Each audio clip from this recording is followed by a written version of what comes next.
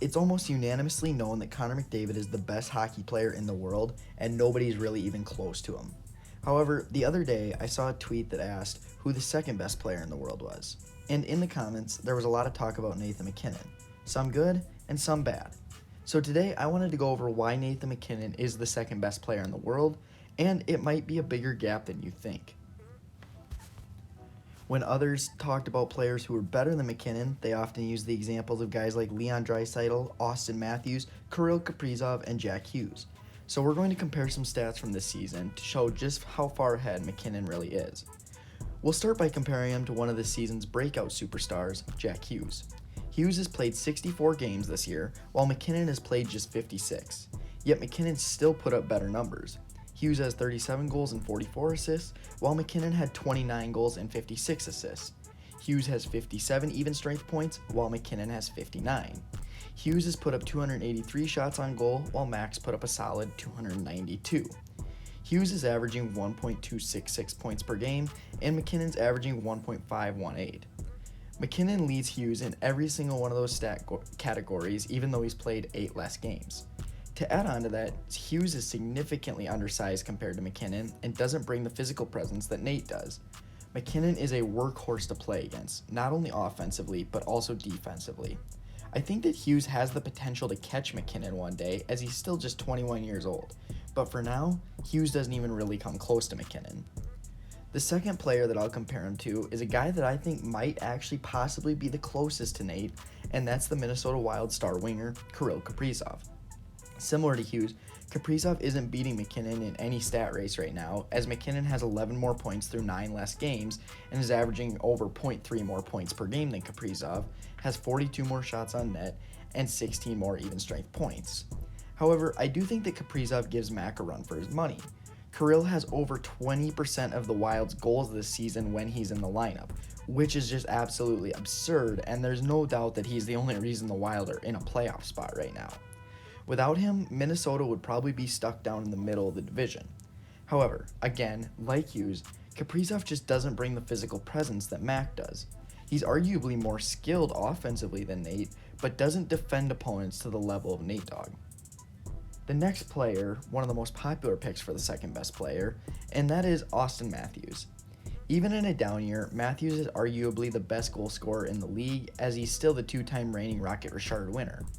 However, in my honest opinion, if you take away Matthews' goal scoring, he's not even a top 5 player. Obviously, last season was terrific, and he even won the Hart Trophy.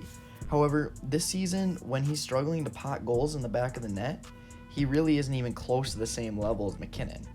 Now, to be fair, Matthews has had some wrist problems and just came off of a knee injury not too long ago, but still doesn't bring close to the level of production that Nate does. MacKinnon has 18 more points than Matthews and has played 4 less games. Matthews doesn't drive the play like MacKinnon does. Don't get me wrong, Matthews is very skilled with the puck, but Mac is just a different beast when it comes to driving it into the zone. His speed makes him way tougher to defend than Matthews, even though Matthews might have some really good hands, and defensemen just overall struggle to catch MacKinnon's speed more than they do to defend Matthews' hands. Now, even though Matthews' goal scoring is down this year, he has really improved other aspects of his game, especially in the defensive zone, but I still think that MacKinnon is much more valuable to any team right now than Matthews would be. Finally, the final player that many others like to say is right behind McDavid is his own teammate, Leon Draisaitl. This Draisaitl probably is the argument that everyone had against MacKinnon, as he's the only player that actually beats MacKinnon in a few stat categories. However, many people argue that a lot of Draisaitl's production comes from McDavid, and he wouldn't be the type of player that he is without Connor. While I don't necessarily think that's true, I still think that Draisaitl's very skilled. I still think that he massively benefits from it, and he's still not to the level of Nathan MacKinnon. Draisaitl has a big, strong body, but unlike MacKinnon, he tends not to use it very much. He's smooth with the puck, but does not tend to be as physical as Nate. This was shown last year in the playoffs when the two went head-to-head. Many Oiler fans say that MacKinnon took Draisaitl down with a slew foot here, but if you ask me, I think this is just MacKinnon being stronger than Draisaitl. Draisaitl's an elite passer with a great shot on him, and while he is fast, he does not even bring close to the speed that MacKinnon does. And again, I don't think McDavid's the only reason for Drai's success, but MacKinnon would have even more points if he got to play with McDavid on the power play as well. Just saying.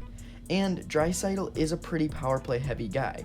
He's good 5-on-5, but not even close to the level MacKinnon is. Overall, while some players are close and could make a strong case, nobody else brings the complete skill that Mac does. Jack Hughes and Auston Matthews may compare with the offensive skill, but just don't bring the defensive effort or smarts that Mac has. Draisaitl and Kaprizov just don't bring the physicality or the nastiness that MacKinnon brings. And I'll be completely honest, as an Avs fan, I wouldn't trade MacKinnon for McDavid. McDavid's offensive skill is obviously on another level, but MacKinnon just brings a different mindset.